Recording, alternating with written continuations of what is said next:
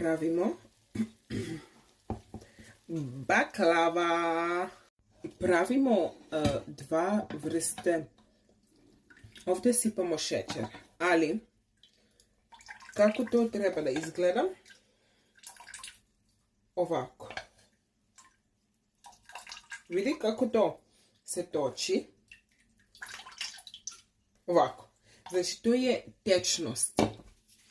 Sljedeće naša sirup ću da bude ovako.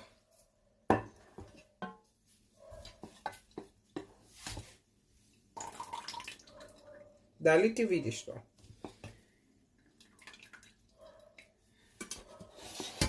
Ovo ide tačno direktno, a ovo ide kapi se. Ovo direktno